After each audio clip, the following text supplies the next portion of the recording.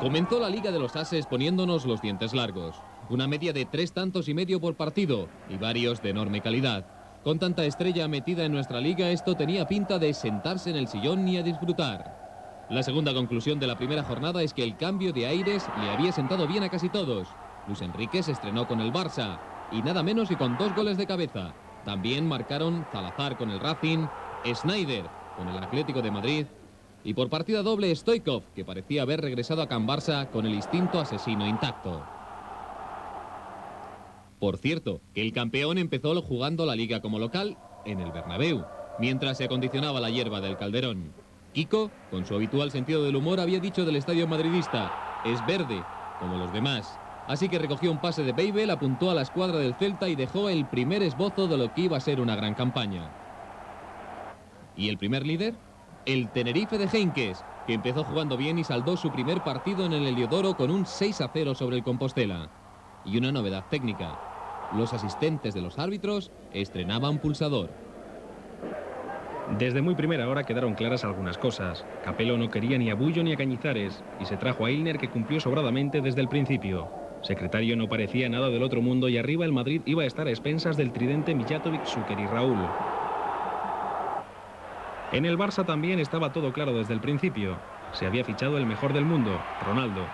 También se veía que Robson no terminaba de saber muy bien cómo casar tanta figura.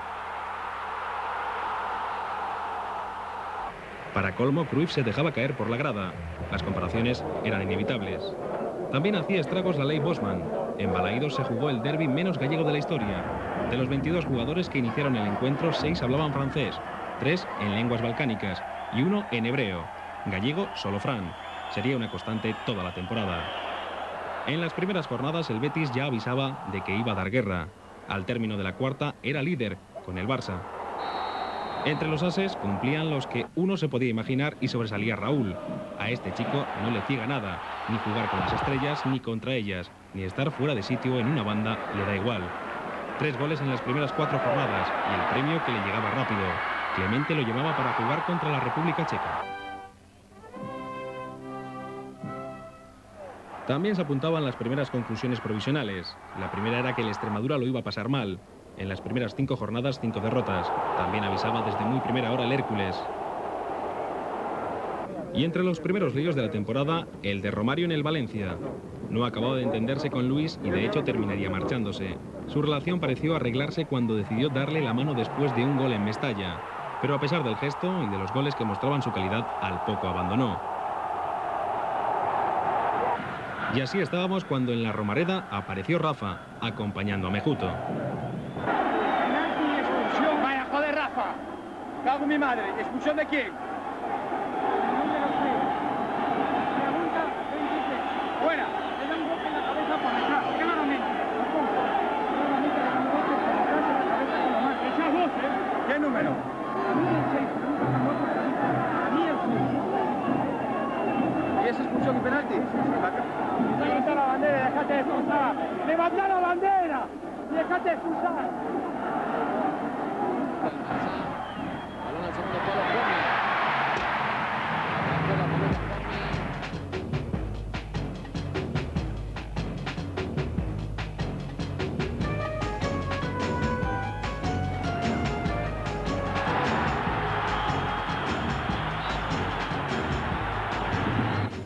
Lo del Sevilla daba mala espina. 5 partidos, 4 derrotas y en la quinta jornada le tocó encajar 2 golitos en su partido en Logroño. El 2 de octubre tuvimos la primera jornada en miércoles. Habría 4 más y, por cierto, fue jugosa. El Madrid, que ganó por 2-0 al Español, se situó como líder, con los mismos puntos que el Barça. Los de Robson habían cedido ante el Tenerife su primer empate en casa y tenían ya a Ronaldo encaramado en la cabeza del Pichichi. Y en Riazor, al final del Depor Rayo, un objeto impactó en la cabeza de Jon Andreu. El cierre del estadio provocó que el Endoiro acabase peleando con la Federación y con la UEFA, y el partido de suspensión no se disputó hasta 4 meses después. El Barça de Robson ofrecía serias dudas sobre su funcionamiento colectivo, pero Ronaldo las despejaba todas. Un 12 de octubre por la noche, agarró un balón hacia la mitad del multiusos de San Lázaro, dejó tras de sí una estela de rivales burlados y marcó un gol que tardaremos mucho en olvidar. Robson incluido.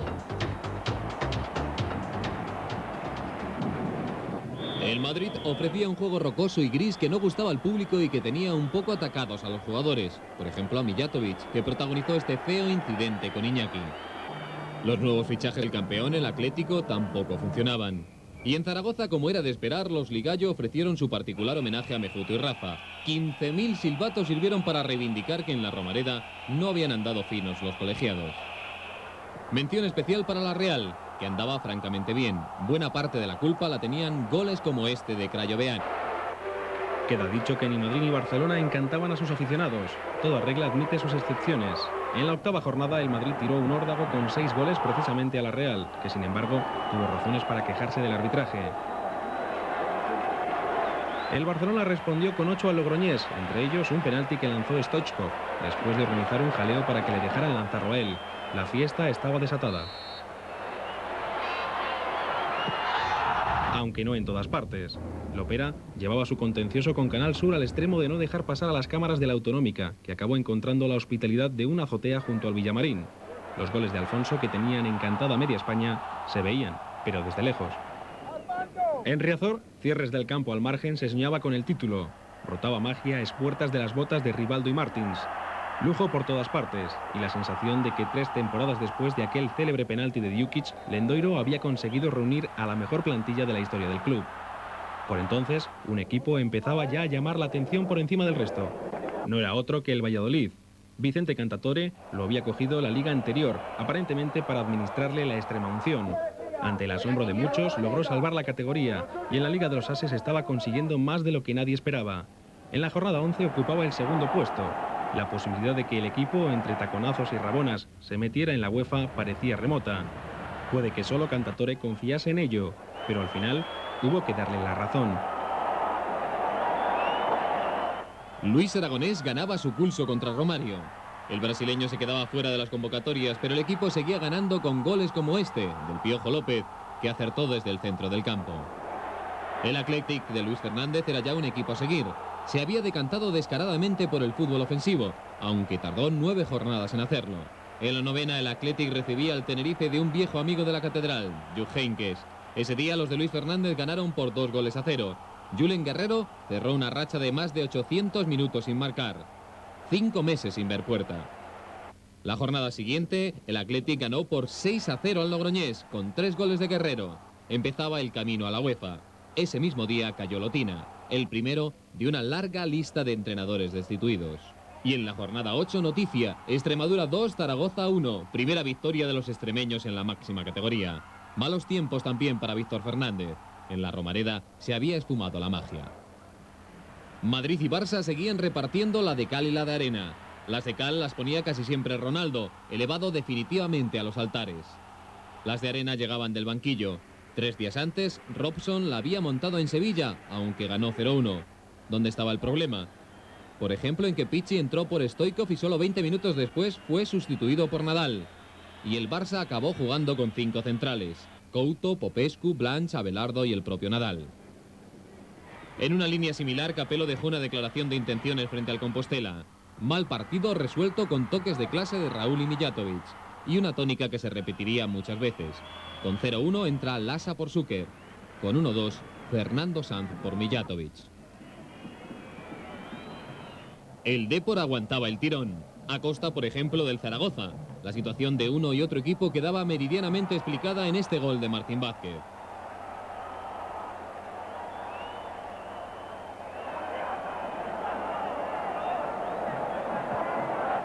Para buscar más ejemplos de equipos pasándolo mal había que mirar lógicamente al fondo de la tabla. Por allí se encontraba el Hércules, al que había superado el Extremadura. El Hércules era por entonces una extraña amalgama de extranjeros de medio pelo e Iván Brixis lo estaba pasando francamente mal.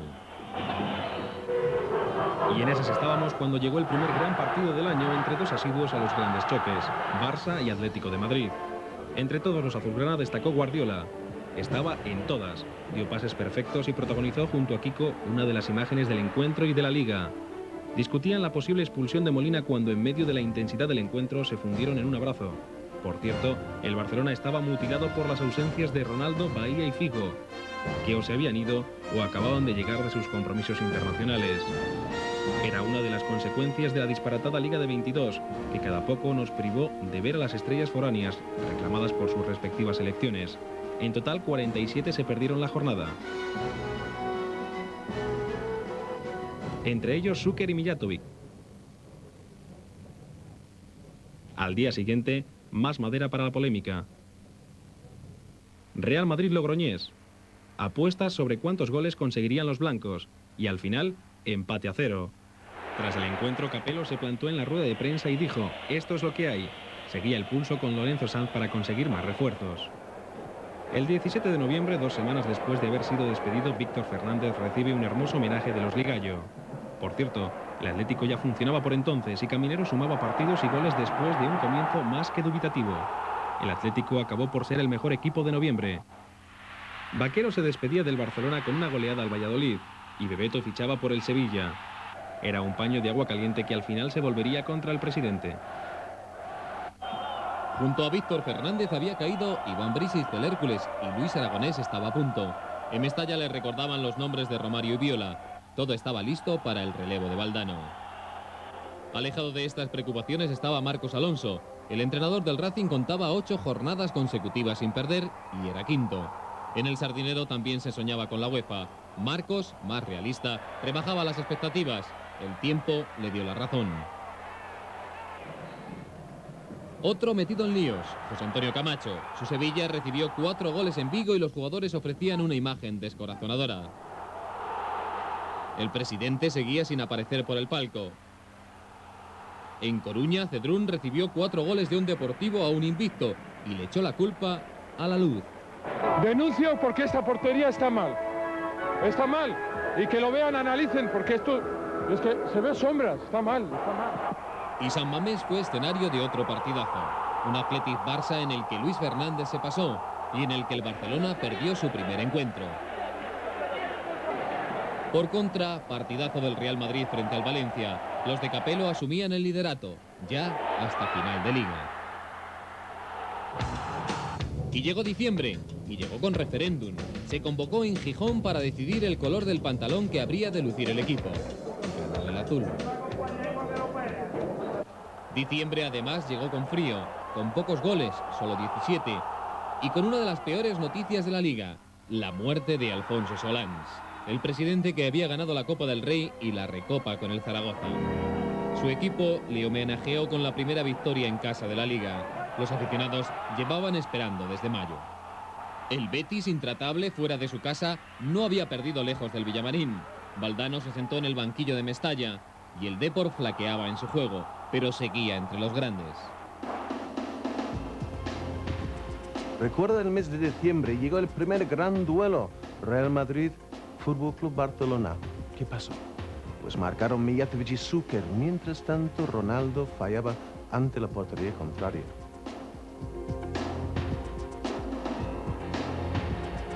Diciembre tenía una fecha señalada con colores en el calendario. El partido del año, del siglo o del milenio.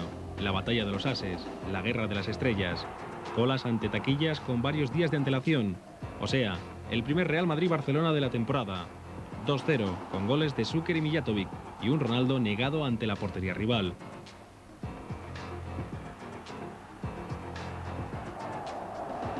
Pero si algo tenía la Liga era vértigo. Y a la noche del Bernabéu sucedió la tarde, otra vez de San Mamés. Así que puestos a recordar la jornada, es curioso que la memoria nos acerque con más frescura lo que sucedió en la Catedral. Sucedió que a Simeone se le cruzaron los cables y clavó los tacos en la pierna de Julen Guerrero. Sucedió que se vio un encuentro con toda la intensidad y el ritmo que no había tenido el del Bernabéu, y Luis Fernández acudió a la rueda de prensa cargado de Kleenex. ¿Qué le ha pasado antes? Sí. ¿Pero quién es el que ha pasado antes aquí? El señor Anti. Ah, porque ha olvidado los pañuelos. ¿Que estaba llorando? Poli, por favor. Primera entrada. El Celta, jugando francamente bien, coqueteaba en la zona UEFA. En cambio, el español de Pepe Carcelén andaba a 4 puntos de la promoción. Esa jornada ganó al Zaragoza, que ocupaba puesto de descenso y se llevó una prima de 10 millones, pero el público no estaba contento, ni Lara tampoco. El editor se aburría soberanamente en el palco. Después del derbi, la Liga se tomó un respiro, aunque breve. Supimos que el vencedor Capello, reconfortado por el triunfo, había hecho amistad con Victorino e inauguraba afición a los toros. Supimos que Robson, para cerrar la herida del Bernabéu, conseguía fichar a Munique. Con el tiempo nos dimos cuenta de que el remedio había sido peor que la enfermedad. Y de paso se abrió el mercado de invierno. Llegaron entre otros Cerroberto, Leandro, Conrad, Panucci, Navarro Montoya, Consensao. A cambio, despedimos a Salinas, que partía rumbo a Japón.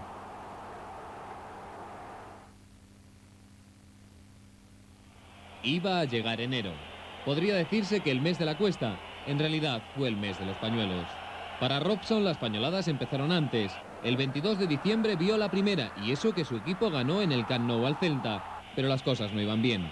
Ronaldo fue pitado y salió por peteneras. Que venha para nos apoiar é importante. Aqueles que venham a vaiar, prefiro que fiquem em casa, ¿no? Y eso que el Madrid solo había empatado el día antes con el Valladolid. Pero el Barça empezaba a tirar la liga, y el socio lo sabía, a pesar de la victoria en Riazor, tras la que, por cierto, Robson recriminó a Ronaldo que no se tiraran en el área. Pero la bomba tenía que llegar y llegó. Derrota en casa con el Hércules. Después de ir ganando 2-0, los azulgranas se dejaron remontar. Solo un día después de que el Madrid no pasara del empate a 0 en Almendralejo. Por entonces, el Newcastle estaba ya detrás de Robson, y la prensa de Barcelona recogió la derrota frente al Hércules con una llamativa dureza. En el Villamarín, Luis Enrique, a base de coraje, salvó los muebles. Frente al Rayo, el Camp Nou estaba tan harto que ni siquiera el 6-0 libra de las protestas al técnico inglés. Entre otras cosas, porque Robson albergaba la insólita idea de estrechar el campo para favorecer los saques de banda de Amunique. Y llega el Oviedo. 2-0 hasta los minutos finales, en los que Oli aprovecha una noche desastrosa de la colección de centrales de Robson. Empate a 2. El relevo del técnico parece inminente. Frente al Español, el desastroso arbitraje de Mejía Dávila sirve como coartada, pero la situación llega al borde del esperpento. En plena crisis, aprovechando el parón liguero, Robson da vacaciones a Ronaldo. Las imágenes del crack envuelto entre plumas de colores dieron la vuelta al mundo. Luego, victoria ante el Racing y la derrota en Anoeta, con el famoso gol de Pedro directamente desde el córner que alguien bautizó como el gol del conejo, por los botes del balón. ¿Por qué se salvó Robson? Sin duda por la apuesta personal de Núñez y por los enganchones del Madrid. Tras el empate de Almendralejo, Zúquer estalla. Bueno, pronto se va a saber muchas cosas y en este momento, por favor, me respetan porque no puedo decir muchas cosas. Me gustaría saber cuántas veces me ha cambiado, pero con un empate a 0 no me gusta que me cambien. Tampoco me gusta cuando marco 3 goles y me he cambiado contra el Valencia o contra Real Sociedad. No dado que no está sustituido. Pero bueno, a veces llega este mal sabor de la boca. Además, Capello montó un escándalo en Alicante, partido en el que sentenció a Secretario y Fernando Sanz. Empezaba a tener detractores en el vestuario. La semana siguiente el Betis empató en el Bernabéu y poco después el Madrid encajó su primera derrota de la Liga en Vallecas. Visto desde Barcelona, a pesar de los problemas, el Madrid está a solo 6 puntos. Hay tiempo.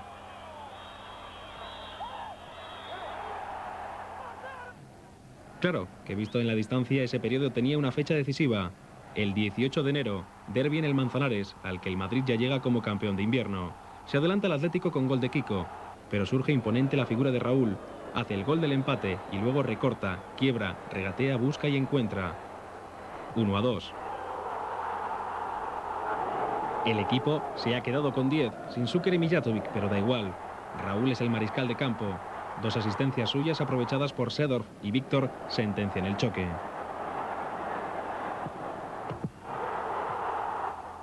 Pero volvamos atrás. Hablábamos de pañuelos. Tosak los vio porque el equipo no jugaba bien, pero él echaba leña al fuego. En la jornada 18 anunció que no renovaría. Bueno, en el fútbol nunca se sabe, ¿no? Pero de verdad es que en estos momentos veo muy difícil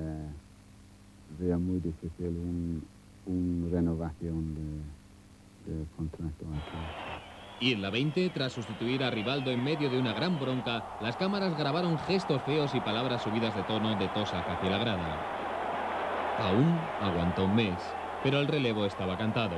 Frente al Hércules, Carlos Alberto Silva estaba ya en el banquillo y el cambio fue para bien.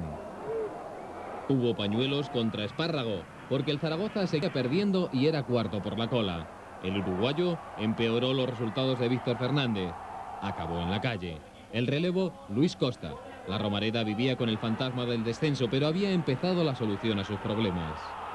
Más pañuelos para Caldas, el presidente del Sevilla, que necesitó incluso protección oficial para acudir al palco. Harto de estar harto, Camacho se marchó.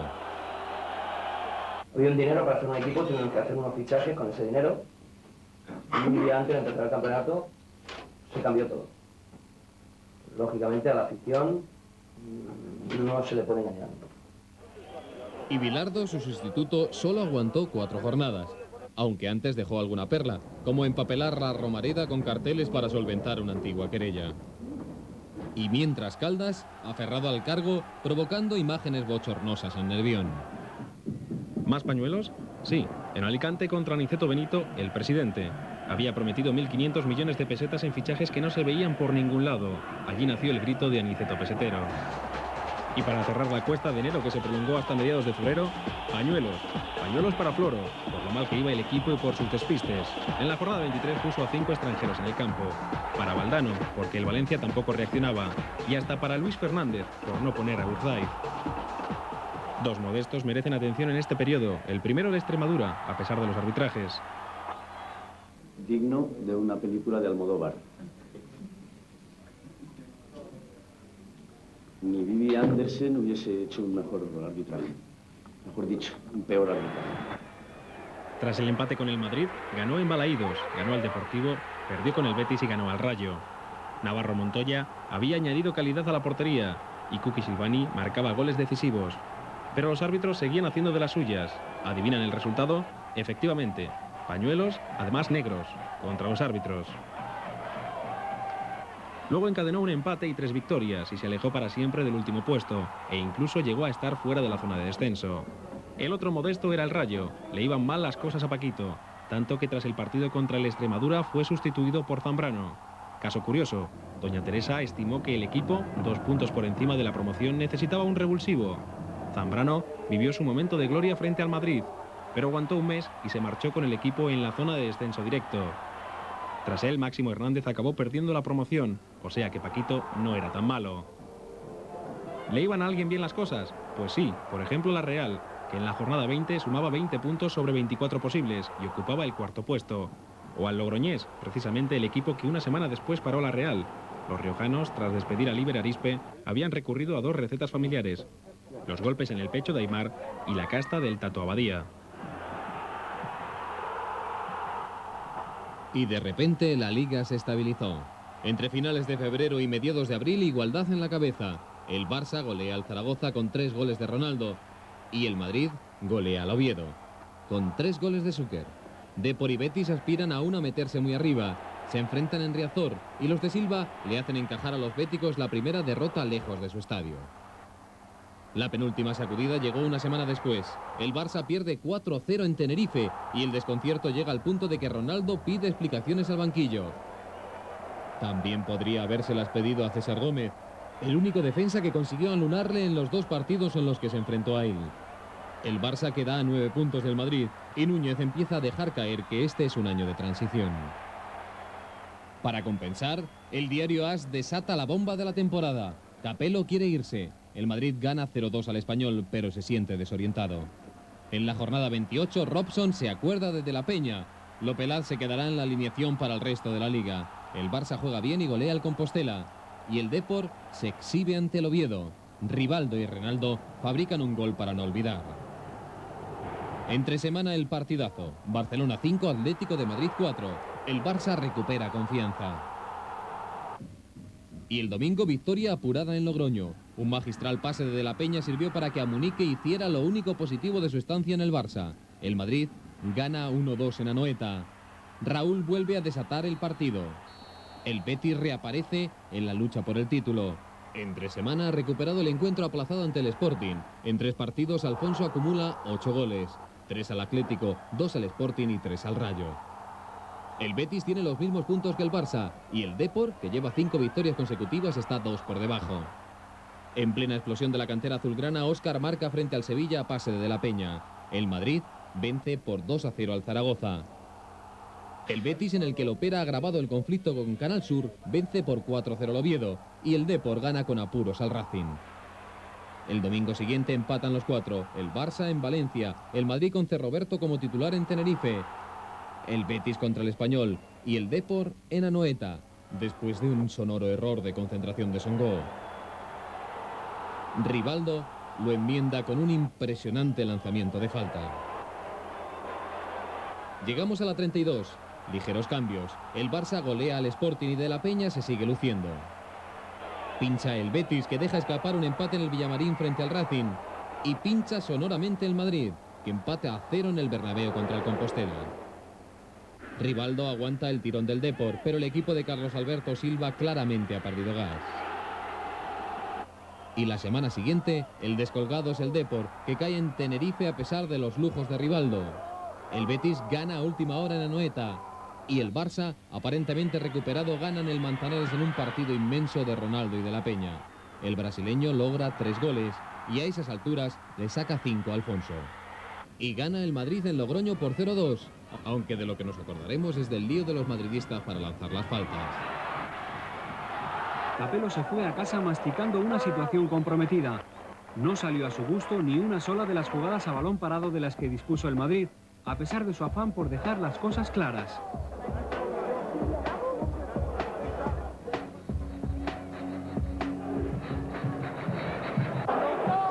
Capello ordena a Víctor que pare el balón para que centre Roberto Carlos.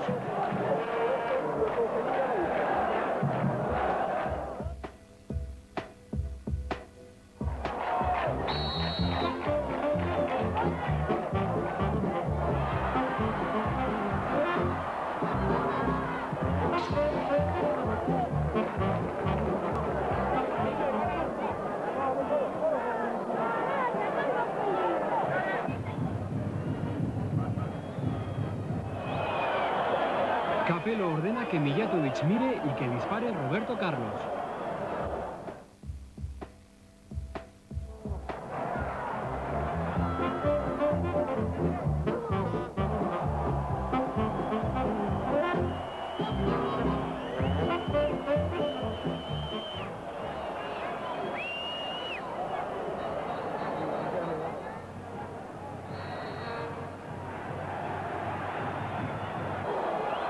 Capello ordena a Roberto Carlos que abra el balón a la posición de Víctor.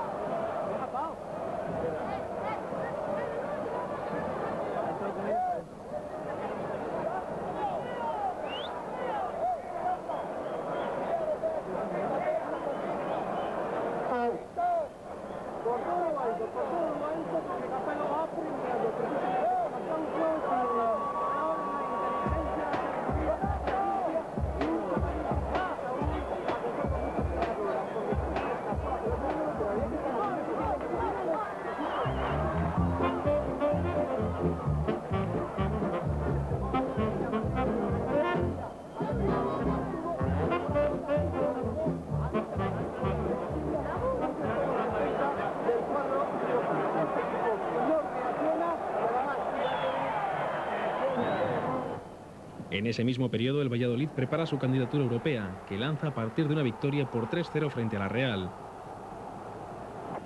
Semanas después, le hace un rotundo 4-1 al Valencia y luego vence al Sporting. Cantatore ha descubierto a otra estrella, se llama Benjamín y marca los goles a pares. Con este encuentro, el Valencia cierra prácticamente sus aspiraciones europeas. El impulso que el burrito le había dado al equipo, con 2 goles en su presentación ante el Sevilla y otro una semana después en el Manzanares, viene a morir ahí.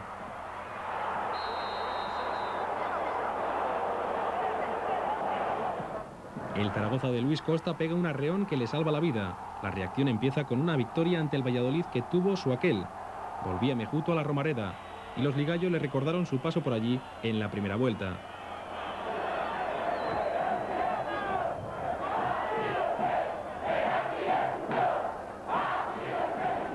Y la semana siguiente, empate en San Mamés. El partido dejó una de las situaciones más lamentables del campeonato. El petardo que le estalla en la cara a Conrad, casi recién llegado del Casino Salzburgo. Afortunadamente no tuvo mayores consecuencias, salvo que unas semanas después, el Athletic tuvo que organizar su partido contra el Sevilla en Anoeta. La catedral estaba cerrada. Por abajo, el Sevilla de Julián Rubio intenta el milagro. José Mari, su última estrella, gana el partido contra el Sporting de la jornada 29. El público llena el estadio, pero queda la sensación de que la reacción ha empezado demasiado tarde. 3 semanas después, Aimar hace un esbozo de tirar la toalla. El logroñés ha perdido 1-4 ante el Athletic y el técnico habla de errores infantiles. Hay otros nombres destacados. El de Caneda, que se harta a hacer desprecios a su técnico. Villena, William, joder. William, Bellido, Nacho. José Ramón, Fabiano, para secundar. Vuelvo a lo de siempre. ¿Y quién defiende ahí? William. William. Ay, 20 nada más. Una mierda. Fernando Vázquez le cierra la boca con un 4-0 al Extremadura, que pese a todo sigue intentando el milagro. Y el de Mostovoy, que arma un buen lío con Fabiano en el Compos Celta. Era el primer síntoma de que su equipo se descosía en el tramo final de la Liga. Mención aparte para el Atlético. En 8 días cayó en la Copa frente al Barça. Fue goleado en el Manzanares por el Valencia. Y en el colmo de la mala suerte cayó en la Liga de Campeones frente al Ajax. 8 días negros que dejaron al Atlético con la Copa de la UEFA como única aspiración.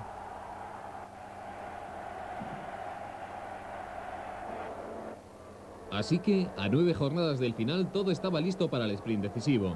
Pero el Barcelona iba a hacerlo lastrado. La directiva había ofrecido a final de año la posibilidad de mejorar el contrato de Ronaldo para blindarlo. A estas alturas, el futuro del crack brasileño no estaba ni mucho menos claro. Y llegó la jornada 34.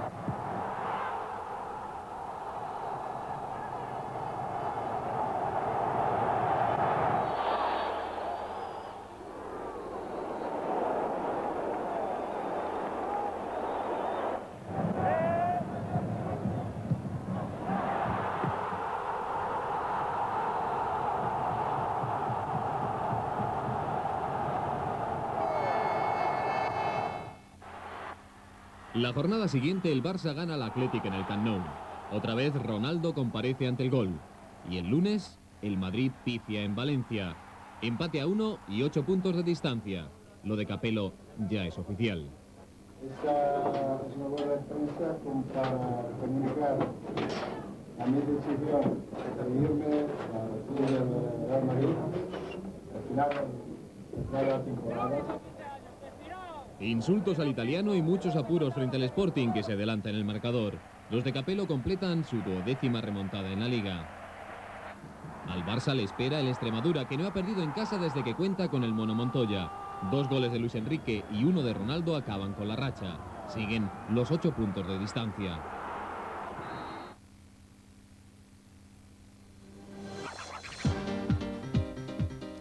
El día 10 de mayo de 1997, la gran revancha. El Barça necesita ganar, el Real Madrid le saca 8 puntos de ventaja. Esta vez sí, Ronaldo marcó. Pero también hubo otro gran duelo en el palco, esta vez bastante feo. Barça-Madrid, partido grande de expectación y colorido, aunque flojo sobre el campo. Casi al final de la primera parte, penalti de Roberto Carlos a Figo que todavía hoy se sigue discutiendo. Lanza Ronaldo que no tiene el día, rechaza Ilner. El rebote llega hasta Figo que se la deja al brasileño para que empuje. De nuevo la liga cobra vida y el espectáculo que faltó en el campo se vio con creces en el palco.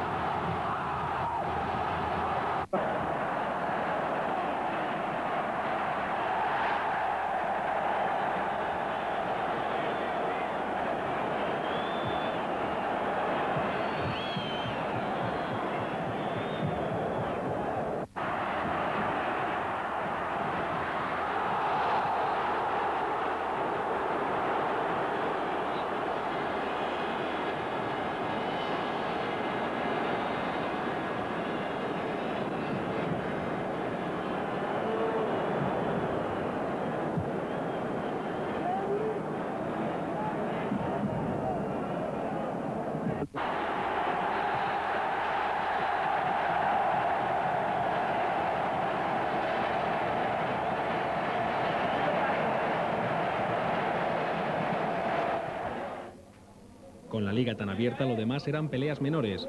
El Betis se había caído del sprint por la Liga de Campeones con un empate ante el Compostela y una derrota en las Gaunas.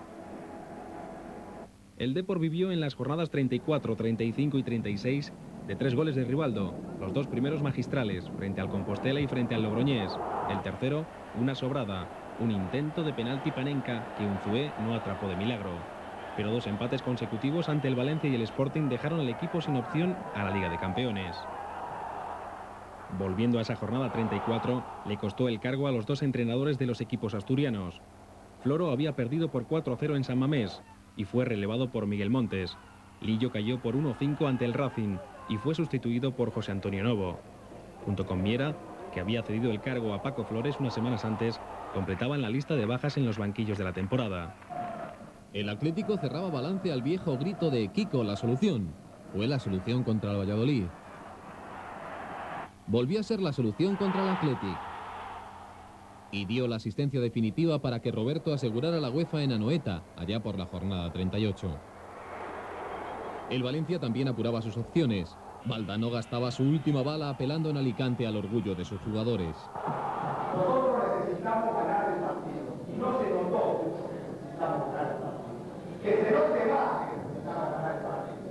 Que haya una necesidad física, una necesidad mental, un deseo de la gente de arriba de ir a marcar gol, que se vea que esto tiene la categoría de final para nosotros, porque la tiene. Esta es una eliminatoria de Copa de Europa, porque si no ganamos no hay Copa de Europa. Pero tanto nadar para ahogarse en la orilla. 2 semanas después, una derrota por 3-1 en Vallecas ponía punto final a sus aspiraciones europeas. El Tenerife las había enterrado prácticamente el día que Henkes dijo que no seguía. Así que había 3 equipos por los 2 puestos restantes en Europa. Hubo que esperar a la penúltima jornada para dirimirlos. El Valladolid consiguió premio con una victoria sobre el Hércules y Cantatore salió a hombros, no merecía menos. Y el Athletic lo hizo al día siguiente con un gol de Guerrero frente al Depor. A la Real no le quedaba más remedio que esperar otra ocasión. La lucha por evitar el descenso alcanzó una intensidad terrible. 11 equipos luchaban por escapar de las 4 plazas de descenso y una de promoción en un final de liga plagado de enfrentamientos directos. A falta de solo 3 jornadas, el Logroñés es el primero en caer. Un empate en las Gaunas contra el Oviedo acaba con sus esperanzas. El sábado siguiente, la afición del Villamarín está volcada con el Sporting. Algún seguidor del Sporting no se cree lo que está viendo. Es surrealista, tío. ¿Qué es surrealista? Joder, que la gente desee que gane el Sporting, tío. Eso es increíble. Es que ves, lo ves, tío. Es que es imposible, tío. Si para mí que estoy soñando, tío. Esto no es mentira, si estoy dormido, tío. El motivo no es otro que una victoria de los asturianos pone al Sevilla con pie y medio en segunda. El gol de Cherichev se celebra como si lo hubiera marcado Alfonso. Y el Sporting gana. El primer perjudicado es el Hércules, que automáticamente desciende. Y al día siguiente cae el Sevilla, de nuevo con el Oviedo como verdugo.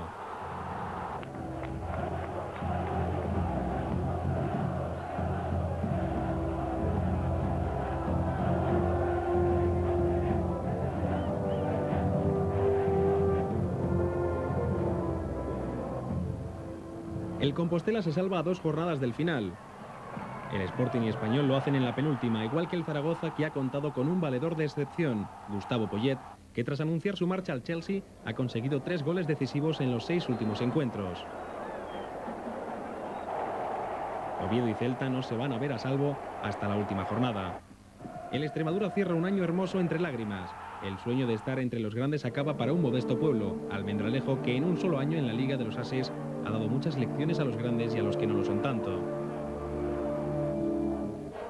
Y el Rayo se queda para la promoción, contra el Mallorca por segundo año consecutivo. En cuestiones tan serias no conviene arriesgar tanto, y los Baleares envían a segunda a los vallecanos. Antes que el Mallorca, el Mérida y el Salamanca ya se habían asegurado el puesto en primera. Pero habíamos dejado la Liga sin decidir. Tras el partido del Camp Nou, 5 puntos separaban a madridistas y culés. El miércoles siguiente, el Barcelona gana la Recopa en Rotterdam frente al Paris Saint-Germain con Ronaldo de penalti. 4 días después de la fiesta azulgrana, el Madrid se despistó. Frente al Valladolid, 1-0 de penalti más que discutible. Los de Cantatore dan un baño a los de Capello. Y en el Barcelona, Óscar sigue respondiendo. Gana por 1-3 en Balaídos con 2 golazos suyos. Se mantienen los 5 puntos de distancia. Jornada 39, sábado por la noche. El Barcelona tiene muchos problemas ante el Depor.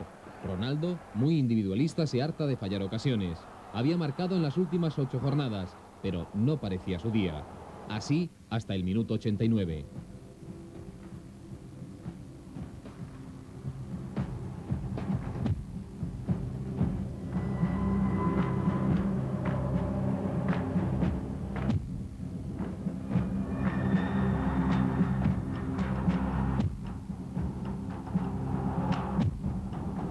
Era su gol número 34 en la Liga, el del adiós. Esperaba su selección. Se despedía dejando la presión en el bando madridista. Y la presión cristalizó en lo que el diario AS definió días después como Gindama. Gindama, miedo, canguelo o lo que fuera, el caso es que el Madrid cayó en San Mamés. Luis Fernández se había prendido la presión de Capello en la media, así que se saltó el centro del campo a pelotazos. Carlos García envió el balón a la red. El Barça estaba a 2 puntos. Pero si el Barça tuvo 2 años al Tenerife como aliado, el Madrid tuvo al Hércules 2 veces en un año. Núñez y Robson diseñaron una curiosa estrategia para preparar la jornada. El presidente, reunido con los representantes de Ronaldo, llegó a un supuesto acuerdo de renovación que anunció a bombo y platillo y que duró lo que un pastel a la puerta de un colegio. De camino se habían roto las negociaciones para renovar a Guardiola. Y a Robson, crecido, le da por enzarzarse con Giovanni, que también estaba lejos. El Madrid, que esperaba a la Extremadura, asiste incrédulo al disparate. El jueves Guardiola pone una nota de cordura y recuerda que hay que preparar el partido de Alicante, porque el equipo se sigue jugando la Liga. El objetivo es muy claro y muy sencillo, que tenemos un partido el domingo contra el Hércules de Alicante. Estamos a jueves y no hemos hablado en absoluto de ese partido.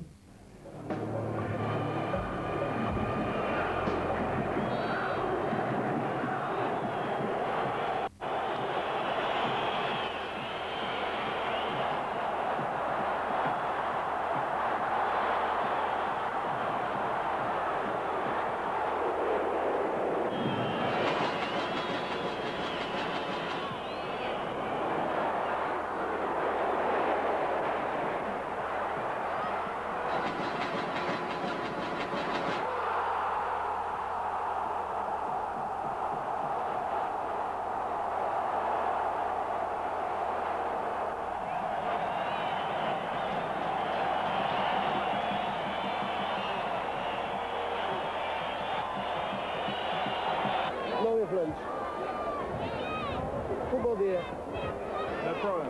No, 3 partires, non una partita, 3 partires. Poi partire Real Madrid con Atletico Madrid in Viga. So, muchas partidas.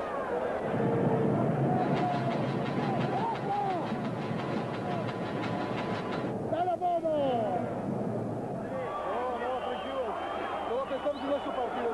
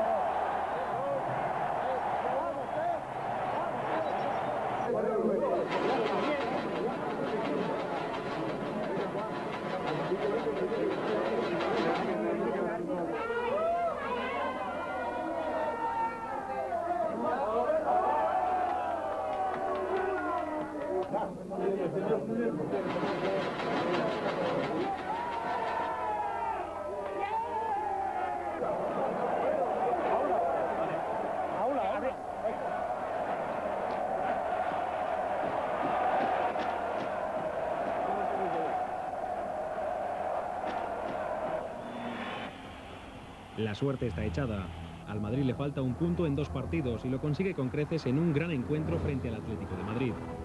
Raúl, Hierro y Mijatovic consiguen los goles que hacen campeón al Madrid. De ahí a Cibeles, en una noche que acabará siendo amarga por la muerte de un hijo de Alfonso del Corral.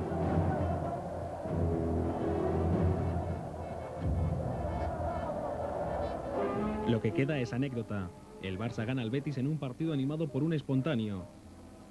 Y el Madrid se despide de la Liga goleado en Balaídos ante un Celta que se juega la vida, mientras que el Barça gana en Vallecas con un gol de Rullet que casi cierra el expediente. Al expediente le faltaba un epílogo, glorioso por cierto, una magnífica final de Copa, seguramente la mejor de los últimos años. Una pelea de colosos entre Betis y Barcelona que se cerró en la prórroga, de la mano de un Figo imponente. Así que veremos al Madrid, al Fútbol Club Barcelona en la Liga de Campeones la temporada que viene. Ya tenemos que despedirnos, pero quiero dejarles con las imágenes de un campo que nunca volveremos a ver. Sarriá, lo echaremos de menos. Adiós. Aquel 22 de junio se acabó algo más. Se acabó Sarriá. Fueron los 64 años de historia de un campo que vio jugar a la gran selección de Brasil en 1982. De un campo por el que también pasearon su fútbol Ricardo Zamora, Alfredo Di Stéfano y Ladislao Kubala. No es mal cartel para recordar que hubo más ases antes de los de esta liga.